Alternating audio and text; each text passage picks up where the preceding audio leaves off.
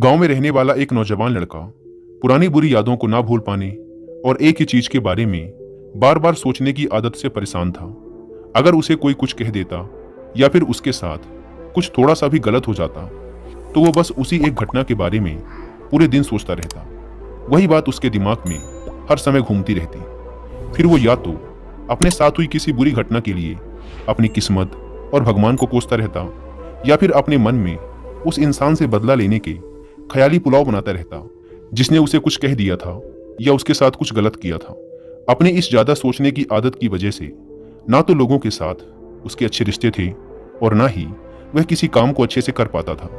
वह हर समय तनाव व मानसिक अशांति की स्थिति में रहता। उसकी ऐसी हालत को देखकर उसके एक मित्र ने उसे सलाह दी कि यहाँ पास के ही एक बौद्ध मठ में एक जैन मास्टर रहते हैं, तुम उनके पास जाओ, वो तुम्हारी इस मानसिक समस्या का कोई ना कोई समाधान अवश्य बता देंगे।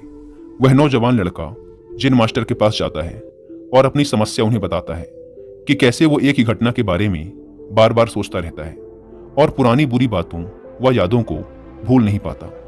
लड़के की समस्या सुनने के बाद जैन मास्टर वहां से उठकर मठ के अंदर चले जाते हैं। जैन मास्टर का बिना कुछ उत्तर दिए यूं उठकर चले जाना लड़के को कुछ अजीब सा लगता है, लेकिन वो फिर भी वहीं बैठा रहता है। थोड़ी देर बाद वह देखता है कि जैन मास्टर मिट्टी की गिलास में पानी भरकर उसकी तरफ चले आ रहे हैं। जैन मास्टर लड़के के पास आकर खड़े हो जाते हैं तो लड़का भी उनके सामने खड़ा हो जाता है। जैन मास्टर लड़के से पूछते हैं, बताओ इस गिलास का वजन कितना होगा? लड़के ने कहा, मैं एकदम सटीक तो नहीं बता सकता, लेकिन इस गिलास का वजन बहुत ही कम है। अब जैन मास्टर ने गंभीर होकर कहा, मेरा प्रश्न यह है कि अगर मैं इस गिलास को थोड़ी देर तक ऐसे ही पकड़कर खड़ा रहूं तो क्या होगा? लड़के ने कहा, कुछ भी नहीं होगा। जैन मास्टर ने फिर पूछा, अगर मैं इस गिलास को इसी तरह 1 घंटे तक पकड़ कर रखूं तो क्या होगा? आपके हाथ में दर्द होना शुरू हो जाएगा। लड़के ने कहा। जैन मास्टर ने फिर प्रश्न किया, अगर मैं इस गिलास को ठीक इसी तरह पूरे दिन पकड़ कर रखूं तब क्या होगा? आपके हाथ में बहुत ही भयंकर दर्द होना शुरू हो जाएगा।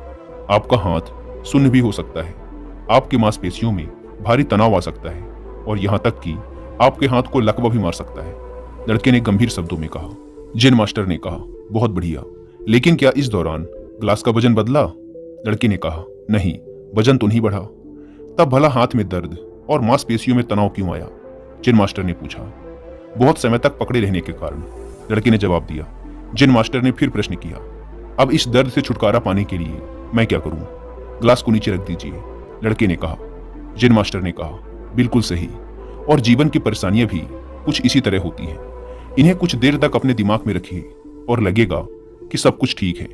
उनके बारे में ज्यादा देर तक सोचिए और आपको पीड़ा होने लग जाएगी, और इन्हें और भी देर तक अपने दिमाग में रखिए, फिर ये आपको अशांत व पागल करने लग जाएंगी और आप कुछ भी नहीं कर पाएंगे। जैन मास्टर ने लड़के की तरफ इशारा करते हुए कहा, अपने जीवन की पिछली गलतियों और घटनाओं के बारे में सोचना जरूरी है, लेकिन उससे भी ज्यादा जरूरी है उनसे सीखकर आगे बढ़ना। अगर तुम एक ही बात को पकड़कर बैठे रहते हो तो ठीक उस ग्लास की तरह यह भी तुम्हारे जीवन में दर्द पैदा कर देगा। अगर तुम आज अपने अतीत को लेकर बैठे रहते हो तो ये आज भी तुम्हारे हाथ से निकल जाएगा और फिर तुम भविष्य में इसके लिए पश्चाताप करोगे।